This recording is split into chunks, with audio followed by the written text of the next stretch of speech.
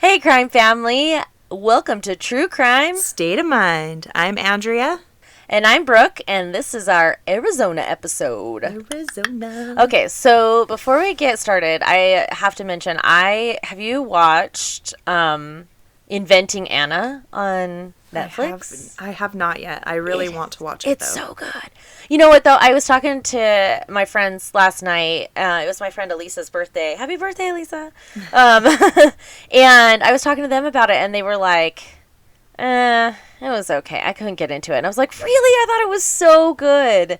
It's not, I mean, it's still true crime related, but there's no murder. But it's about, like a con artist and this girl who had everybody believing that she was like an heiress from Russia, and she was not. Well, you kind of, the whole time you're kind of like, is she? Maybe she's not. Maybe she does have money.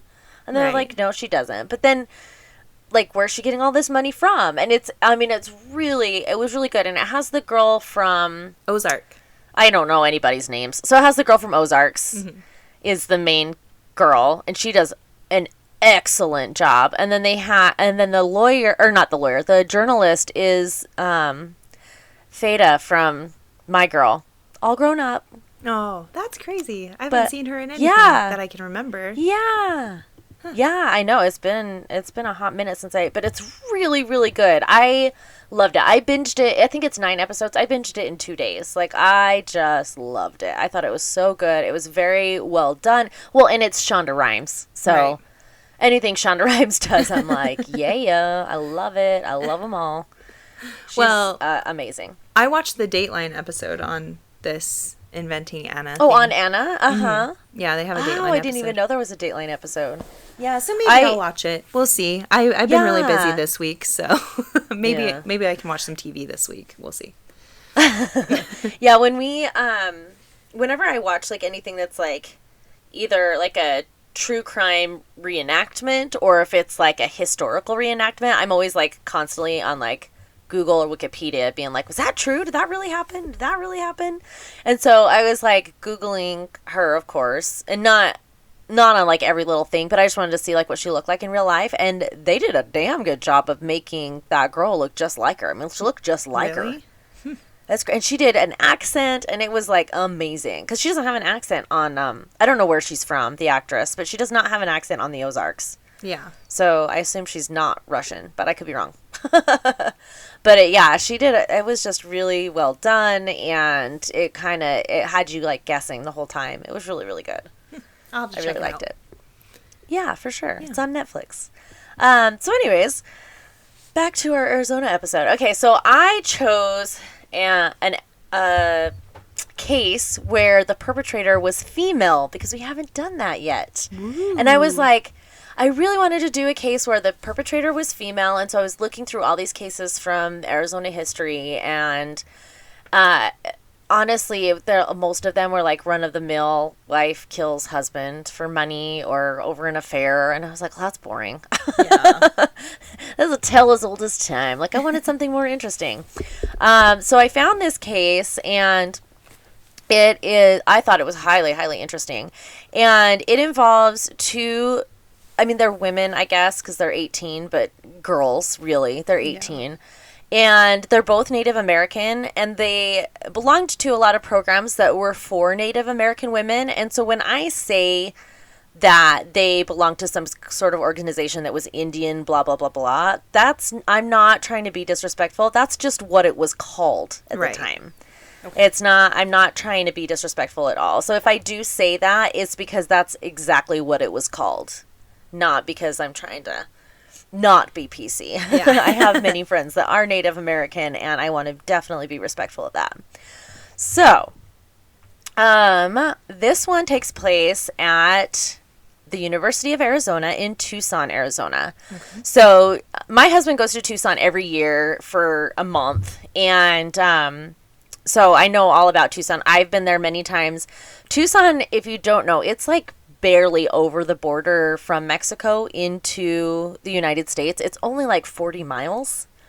So, it's very, very close to the border. So, but Tucson, it's a very, like, it's kind of a smaller town, but every January they have this International Gem and Mineral Festival, or not festival, I guess it's kind of like a conference. And it brings in international interest. So, like, people come from all over the world to go there. So this town that, I didn't even look up the numbers, but this town that's probably got close to 1 million people ends up having like 4 million people in it. So it's kind of crazy. It's like when we had the Olympics here. Yeah. So our victim today, her name is Mia Henderson. And I'm going to call her Mia throughout this because her perpetrator's last name is Harrison. So Henderson and Harrison gets real confusing. Right. So I'm just going to call her Mia throughout this. And then her perpetrator's name is her first name is very difficult to say. There was no like newspaper or news. This is pretty recent. It's in 2007. So, but I couldn't find any like news reports or anything like that to hear how her name is actually pronounced.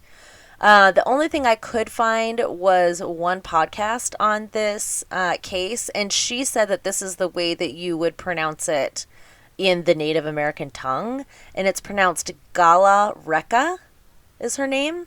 A lot of her friends called her Rekka, but I am not her friend, and she's a murderer, so I'm not gonna call her that. So I'll just call her Harrison, so it doesn't get too confusing. So there's Harrison and Mia. Okay. So Mia Henderson, she was aged 18, and she was known as Princess Mia in her Navajo community. How cute is that? Oh. Although she never used that. Like, she was never like, I'm Princess Mia. Right. She used Mighty Mia was actually her email address, and on her MySpace page. Remember MySpace? Oh, I do. Taking us back. I do. She was the oldest child to her parents, Henry and Jennifer Henderson, and she was captain of the softball team. She played third base, and she was a star student. She graduated in the top 10 of her high school class of 184 students. She enjoyed science, and she wanted to work in genetics or sports medicine. She grew up in Tuba City, which is on the western edge of the Navajo Reservation in Arizona. It's just east of the Grand Canyon. And her father was the principal and administrator for Tuba City Unified School District, and her mother taught middle school. So she came from some smarta pants. Yeah. And the summer before her senior year, she was one of 25 Arizona students that live in Arizona, that were picked to spend 7 weeks working on a biomedical research project at the University of Arizona. Wow. So she got to go down to the University of Arizona. I know, very cool. Yeah. She worked full-time in a lab, and she was studying albinism in Native Americans. So I thought that was kind of cool, like studying genetics at only, the summer before her senior year, so she would have been 17. And she loved her culture, and she loved her family and her reservation, but she saw something outside the reservation that she wanted to be a part of, and that's why she chose to go to the University of Arizona. And then our perpetrator, which is Galareka, also aged 18, known as Rekka to her friends and family. My thing autocorrected to Rek. And I'm like, no. It's Rekka. Right. And she was a track star, and a rodeo girl who wanted to become a pharmacist. So she grew up about 100 miles east of Mia, but she was still on the Navajo reservation in the village of Chinle. She's one of 7 children, and she was named 2005's Rookie of the Year of the All Indian Rodeo Cowboys Association. And her best event was breakaway roping. It's where they ride on horseback and they rope a calf by the neck. And she was described by her friends and relatives as a good girl who won a full ride scholarship to the University of Arizona. So both of the girls actually ended up getting scholarships to the University of Arizona. Mia's, I believe, was $17,000, and it was a very prestigious scholarship that she won. And then Harrison. Yes, Harrison. I get it confused because the last names are so familiar. And then Harrison won a full ride scholarship to University of Arizona. So they had a lot in common. They both grew up in the Navajo reservation.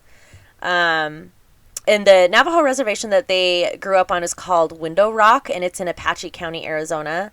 And they were both great students, both great athletes, both planning to return to the reservation after college to use their skills that they learned in college. And both of them earned their scholarships. And University of Arizona was about 300 miles away from both of them. So one of them was kind of on the eastern side of Arizona, one was on the western side of Arizona, but they were both in the northern part of Arizona, and then Tucson's in the southern part of Arizona. So that makes sense. Kind of like a triangle. Right.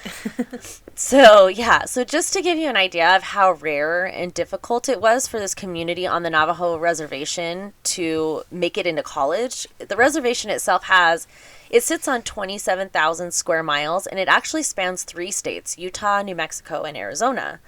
And in this reservation, only 18% of adults have a 4-year degree.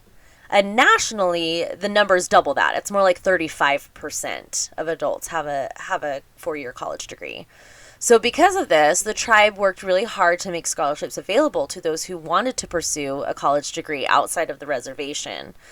So these two girls, they met at the beginning of the school year on August 20th because they were paired to be roommates. So, girl, I know how this is because I was paired to be roommate with somebody I did not get along with in college whatsoever. She was very much like a party girl, from a rich family. She didn't have to work. She, during college, I worked all the way through college.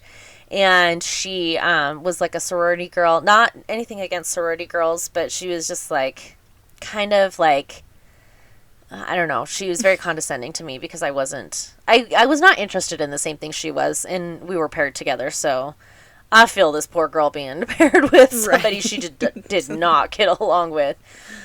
So they were actually placed together as roommates because they were brought together under the University of Arizona's first-year scholars program. So this program was intended to help Native Americans make the transition from home to campus. So it's got to be quite a culture shock, devastation. It is anyway, going away to college, I think. You're used to, being with your family all the time, people and you're thrown into a situation where you're living in a weird place and eating weird food and, with all these people you don't know. So that year, which was 2006 to 2007 school year, 812 of the nearly 37,000 students were Native American at the University of Arizona. So out of 37,000 students, only 800 were Native American. And 50 of those students were in this program. So it's not like everybody was in this program. It was more just to kind of help people who needed that extra little help to transition into college life. So those 50 students were required to live together in a wing of the Graham Greenlee Residence Hall, which was known as, and I looked this up, so this should be right, it's Thumb Key, and it translates to the People's House. And so Mia and Harrison were both matched as roommates to be at this residence hall, the dorm room. But things soured very quickly. So the pair met and became roommates on August 20th, 2007. And on August 28th, so just a little over a week later, Mia had filed a police report accusing Harrison of theft because she saw her Social Security card and campus debit card sticking out of Harrison's wallet. What? Yeah. So it didn't even take her a week to steal her stuff. So the very next day, on August 29th, the University of Arizona police were speaking to Harrison. And in the interview, she said that she admitted it. I had stolen the cards and I bought a sweatshirt with the money. And then later she was like, okay, I also stole Mia's checkbook and I cashed a $500 check for myself using Mia's ID as my own. So she basically wrote herself a check out to herself, but out to Mia, and then just cashed it and then said she was Mia. The university police didn't arrest her immediately despite her confession, and they didn't really give a reason as to why. I feel like university police are not trained as well as maybe like regular police are, just because, and I wouldn't say that lightheartedly, but the whole was it Mackenzie Lewick? No, something like that. Was it that. Mackenzie Lewick? No, Mackenzie? No, Mackenzie Lewick was the one that was killed by that had the Uber driver. Yeah. I will think of her name, but she was killed at the University of Utah campus, and that one is a whole big mess with the University of Utah police saying you need to talk to Salt Lake City police, and Salt Lake City police saying you need to talk to University of Utah police. So I know, like, there's always the jurisdiction issue. Lauren McCluskey. With a lot of cases. That's it. Thank you. Lauren McCluskey, yeah. So she was actually killed on University of Utah campus, and it wasn't that long ago. I want to say it was like 2015-ish? 2018, actually. 2018, okay. Mm-hmm. Yep. So, yeah, she was killed by a former boyfriend when she found out that he was, like, not who he said he was. He was a lot older than he said he was. He was very controlling and aggressive. And she and her parents had both filed multiple police reports, and then he ended up killing her. And it was just this awful, maybe we'll do that case eventually, but it was just this awful case. And it was a lot of, like, university police just really fumbled that thing. We should definitely do, like, a bonus episode on that. I think it would be a good one. Yeah, that would be a good one. Yeah, the Dateline did a episode on it, and it was really interesting and things I didn't realize, even though I had followed it pretty well, because I went to University of Utah. So I'm like, I followed it pretty close, and I was like, of course, I'm like, oh, that's my alma mater. Like, I'm sure the police were fine. And then I listened to this Dateline, and I was like, oh, shit. Yeah. Like, y'all done screwed up. Yeah, exactly. So, yeah, it was really bad. But anyway, so back to this case. So Harrison, she went home for Labor Day weekend. So that's usually the first weekend in September. And so then she returned to school on September 4th. And at 5:45 a.m. the next morning, students had called university police to report hearing screams coming from the residence hall. And police report that Harrison had bought a knife on her way back to school. And then she wrote a note pretending to be Mia, saying Mia had falsely accused Harrison. So she wrote this note that said, I'm so sorry, I falsely accused Harrison. She didn't steal this stuff from me, and I'm going to end my life, which that makes total sense. Yeah. I'm going to, attempt suicide because I lied. I feel bad for falsely accusing somebody for stealing stuff, even though she admitted to it. Yeah. Yeah. She then stabbed Harrison. Then Harrison stabbed Mia 23 times as 23 she slept. 23 times? Right, because that's suicide. That's 23 times. What? Yeah, that's a lot. Yeah. So... And later, when they have the court and the medical examiner testifies, he says that 7 of those 23 stab wounds would have been fatal all on their own. So this was definite overkill. She stabbed her 7 times that could have killed her just with that one stab. And then she stabbed her another, whatever that is, 14 times? No. I can't math. 16. 16 times. I know, I can't math either. I'm like looking at the numbers and I'm like, oh shit.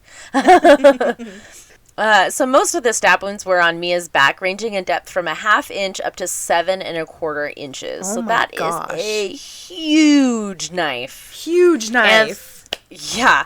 3 of the wounds penetrated her left lung, 2 punctured her right lung, 1 struck her spleen, and the deepest wound struck her right kidney and her liver. So it went through her kidney and then struck her liver. Ugh. And Mia also had defensive wounds on her right hand and wrist. And Harrison's mother maintains that she has no violent past, and other family and friends from high school were shocked to hear that she was arrested for this. So she's immediately arrested on September 5th, so the same day. She's charged with first-degree murder, and she's given a $50,000 bond. So in the 3-hour interview that followed, where University of Arizona police were interviewing her, and okay, I didn't realize that, like, especially until the McCluskey case, I didn't realize that university police, like, actually did cases like this. I thought they were, like, gave parking tickets and, made sure that women felt safe walking on campus at night. Like, I had no idea that they like murder cases. That's probably the majority of their job. Oh yeah, I would imagine so. So in this 3-hour interview, Harrison could be heard giggling and chit-chatting with the detectives, but soon after the interview began, she begins sobbing hysterically, and she tells them that an unknown man attacked the 2 women around 2 a.m. Okay, first off, you got your times wrong, girl. Exactly. It was like 6 a.m. So later in their interview, she states that she lied when she confessed to another UA officer that she had stolen Mia's UA ID, her social security card, and the $500 from her bank account. So she's like, yeah, I know I confessed, but I lied. I didn't do that. And the reason I lied is because Mia had a gun. Okay. On campus, right? And about 40 minutes into the interview, Harrison starts crying and she asks if Mia is dead. And they're like, yeah, dude, you stabbed her 23 times. She's dead. Yeah. So on October 3rd, 2007, so this is just like a month later, Judge Nanette Warner raises her bond to $500,000 on the prosecutor's request. And she also rules that upon posting bond, she's allowed to return to the reservation. So she doesn't have to stay in the area, even though it's like 300 miles away. And it was kind of like a compromise because the prosecutor, which is Deputy County Attorney Rick Unklesby, he had initially asked the bond to be raised to $1 million because he said that the bond was set too low by the magistrate judge because the magistrate judge, they knew about the accusation of the stabbing, but didn't know about the theft and the fraud. And I'm like, yeah, because apparently that's worse, theft and fraud. I'm like, I don't understand that at all. Yeah, like the stabbing, only $50,000 bond, but wait, theft and fraud, let's hike that up to $500,000. Like that just doesn't make sense. No, it doesn't make sense to me. I mean, I the only thing I can see with that is that maybe they thought this was something where she just snapped. Yeah. Whereas in the case where they're like, yeah, but if they're like, she stole from her, and so that she had like a motive, like she was planning this, then okay, yeah, then we'll add to her bond. But so he wanted $1 million, so the judge raised it to $500,000, but allowed her to return to the reservation because he said that the $50,000 was too low, and the defense attorney said that $50,000 was going to be difficult enough for Harrison's family and friends to like bring together that much money. But she was like, this was such a huge case that she was like, no, we're still going to raise it, but she can return to the reservation if the bond is posted. Oh, and the reason that the public defender wanted her to be able to return to the reservation is because they wanted her to be able to get mental health counseling. So I'm like, yeah, she can get that in jail too, though. I mean, yeah. I'm like, don't they offer those services? Aren't they paid for by the taxpayers? Yes. So in the court case, you learn a lot more about this case. So we're going to go into that. So barely more than a year after the murder, so September 12th, 2008, the trial begins with London Young, who is Mia's best friend, testifying. So she said that Mia had told her that she had discovered that her CAT card, which is that's what they call their student IDs there, had been missing. And so the CAT card gives them dorm room access, so it allows them to get into the dorm, which is the same thing as the University of Utah. I had a U card that got me into the dorms, and it also is what you use to make purchases at the campus bookstore. And that's all it said that it did, but when I went to the U, the U card also allowed you to use your food pass. So like your meal plan, it also got you food at like down on campus at the Union or up at the dorms at the mess hall. So they had been missing since August 24th. So this is 4 days after school began. So she didn't waste any time stealing her CAT card. And so Mia told London that she's like, I think it was Harrison. I think that she stole it, my roommate. And London told Mia, don't assume that. You don't know that. And so she's like, but me and our friend Jordan Begay will go with you to report the card missing or possibly stolen.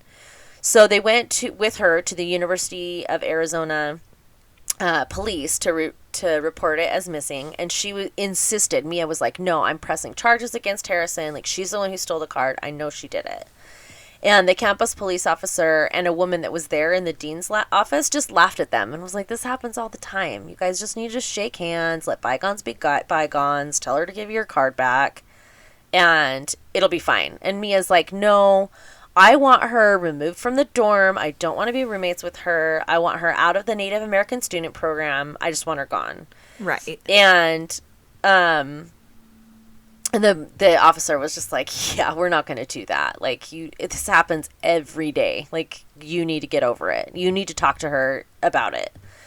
So then she went back to the dorms. So her and her friends went back to the dorms. And then so I guess they had Harrison come in and they talked to her. And that's when she, like, admitted, like, yeah, I did it. And so by the time that Mia got back to the dorms, Harrison was there. And she was just kind of sitting on the bed with, you know, her knees pulled to her chest, head in her knees. And she looked up and she just asked Mia, like, what are you going to do? And Mia said, well, I'm pressing charges. I don't want to live with you anymore. And so Mia had texted London that later that night. So London knew, like, it is hearsay, but Mia isn't around to tell you, like, what happened. So Mia told London, like, this is what happened. This is what Harrison said. She asked me what I was going to do. I told her I was pressing charges. And then Mia also told London that Harrison later texted Mia an apology and you know, said, I'm sorry. I took the cards. You know, it won't happen again. I'll give them back. And Mia's like, I just didn't respond. I didn't accept her apology. I don't want to hear anything of it. Like, I don't want to be here with her anymore. Which, this sucks. This is like 5 days after she met this girl. Yeah. So I don't soon. blame her. Like, she doesn't even know her. Yeah, it sucks. So the next to testify is Yolanda Nez, which is one of Harrison's friends. So the murderer's friends. So she was returning to campus with Harrison after spending Labor Day weekend at home on the reservation. So I'm kind of assuming that she must have lived somewhere near where Harrison lived, and they rode together. And Yolanda said that Harrison kept saying, like, she had a bad feeling, something bad was going to happen. And Yolanda's like, what are you talking about? And she's like, I don't know. I just have this bad feeling. Something bad's going to happen. But then she was like, hey, can we stop at Target? I need to buy some school supplies. She's like, yeah, okay. So they stop at Target and they are getting their, quote, school supplies. And Harrison grabs a very large kitchen knife. And Yolanda's like, oh, what's that class for? And Harrison's like, So Harrison doesn't respond. She doesn't say anything like what class it is or anything. And Yolanda's like, are you sure you don't need like an X-Acto knife? Not like a knife? And Harrison kept insisting that the knife was identical to one that another girl in the class had. So, yeah, she's obviously premeditation. I know. I'm like, wow. Is this like a cooking class? Or like, what is learning class? How to chop up, like, butcher a chicken? I don't understand what's happening right now. Yeah, that's a lot. So, and then after that, the court next hears testimony from a former RA. So an RA is a resident assistant, and that's a trained peer leader who coordinates activities in the residence hall in colleges and universities. So they're usually students themselves, but they get free usually they get free housing and free meal plans to be an RA. And it's just kind of like a peer that's like your same age. Usually, sometimes they're graduate students. So it's just somebody who's like a student just like you, but they live there to kind of like diffuse fighting situations, and they plan like mixers, like activities for everybody to get to know each other, and like movie nights and stuff like that. I loved my RA in college. She was awesome. I don't even remember her name now, but she was awesome.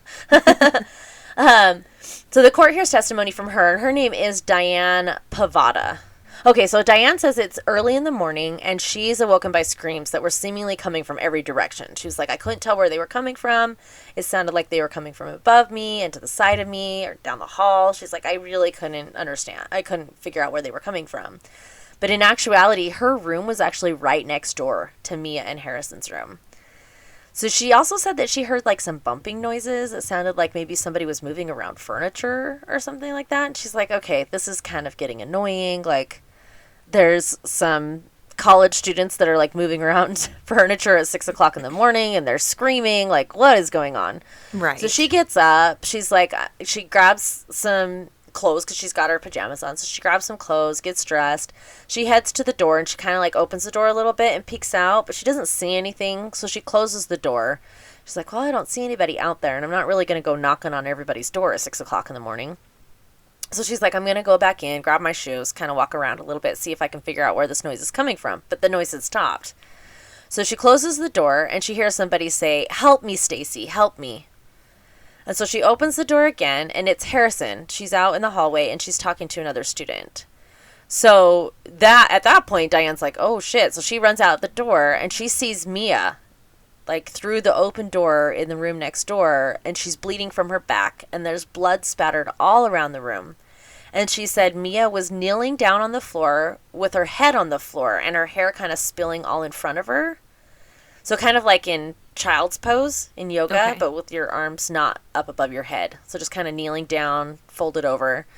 And then further down the hall, she saw Harrison, who was all bloody, and she was sitting on the floor, and she was crying, and she has a big open gash on her right calf. So Diane calls the University of Arizona police, because they so trusty, and Harrison told Diane that she had been stabbed.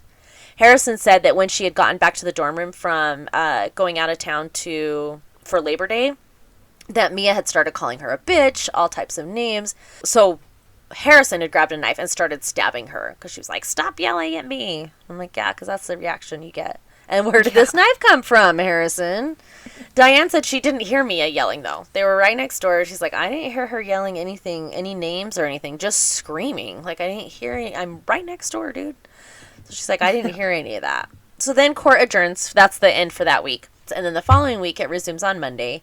And they hear from the medical examiner, which is Dr. David Winston of Pima County. And he testifies to the severity of Mia's wounds. So he's reiterating that 7 of those 23 stab wounds would have been fatal on their own. So this was definite overkill. And then next they hear from Annalisa Valencia, which is a University of Arizona sophomore who testified that she too was a victim of theft from Harrison. So she said she was sitting next to Harrison at a study group on the evening of August 27th. So this was exactly a week after school started. So this is the last day that they had school, and then they broke for Labor Day weekend. So on night of August 27th, she was in a study group with her, and when she got back to her room, also at the residence hall, the same residence hall, she realized that her wallet was missing from a zippered compartment inside her tote bag. The next morning, on August 28th at 2 a.m., she gets a phone call from a woman, and she said she's from Wells Fargo and that something had happened with Annalisa's account and they were needing some account information. And she's like, "I felt really scared. Like, why would they call me at 2 a.m.? That seems really odd. Even if somebody was, like, using my card, like, why would they call me at 2 o'clock in the morning? And why are they even in the office at 2 o'clock in the morning?" So she said she didn't give him any information because she was like, "That's odd that you're calling me at 2 a.m. So she's like, I told her to call back later that day. So then she reported that her wallet was missing to the University of Arizona Police Department. I keep wanting to say University of Utah every time I say university. University of Arizona. So early the following morning on August 29th, she was contacted by Officer Timothy Lopez, who told her that they had found her wallet in Harrison's possession. So I don't know how it ended up that they found it in Harrison's possession, but she did get a call from the police officer saying, "We found your wallet. Harrison had it." So the university's police stated that they didn't feel that Harrison was a physical threat, so they didn't like arrest her or anything, and they let her go and they returned the wallet to Annalisa. And Annalisa didn't really like press charges, I guess, because I don't think they didn't actually, I think she tried to use her Wells Fargo card, was unable to use it because she didn't have the PIN number. And so she tried to get it from her by calling her at 2 a.m., which is actually pretty smart. I mean, in a groggy state, I might be like, "Oh, yeah, it's 3578 or whatever, you know?" Yeah. Seriously, yeah. But yeah, so I don't think she actually was able to steal anything from her besides she took her wallet, but she didn't actually use it for anything. So she didn't she didn't press charges or anything. And then so she has a public defender, Harrison does, and the defense is mainly that Harrison killed in self-defense, but the thing is, Harrison bought the knife beforehand, like the same day, so yeah, how is that self-defense? And she stabbed her 23 times, and mostly in the back. 23 times? Yeah, in the back. Yeah. So on November 25th, 2008, 14 months after Mia was killed, Harrison is sentenced to life in prison without the possibility of parole. And then she's also sentenced to 2.5 years for 3 counts of forgery and 1 count of identity theft. And she'll get credit for the 447 days already served in jail, which would only come into place if the murder conviction or sentence is overturned on appeal. And I always wondered about that. Like, why are they like, oh, they got a life sentence, but they're receiving credit for time served? And I'm like, but it's a life sentence. Yeah. How does that? So now I know. It's just in case, like, they're like, well, we're giving you credit for these days in case you have an appeal, and that appeal makes it so that you don't get a life sentence and you get, like, however many years. We'll give you credit for the 447 days you already served. That makes sense. Okay. Good to know. Good to know. And by the way, Arizona does have the death penalty, but they did not impose it in this case. Probably because she's 18. Yeah. And because I love a good speech by the judge, I have a quote from the judge, Judge Warner. So in reference to Harrison's family's statements at the 4-hour sentencing hearing, where they stated repeatedly that no one knows what happened the day that Mia was killed, Judge is like, bullshit, we know what happened. So she didn't say that, though. Her quote is, I have a pretty good idea what happened in the room that night. You killed her in a very violent way with repeated stabbing. There's just no way around that. You did that.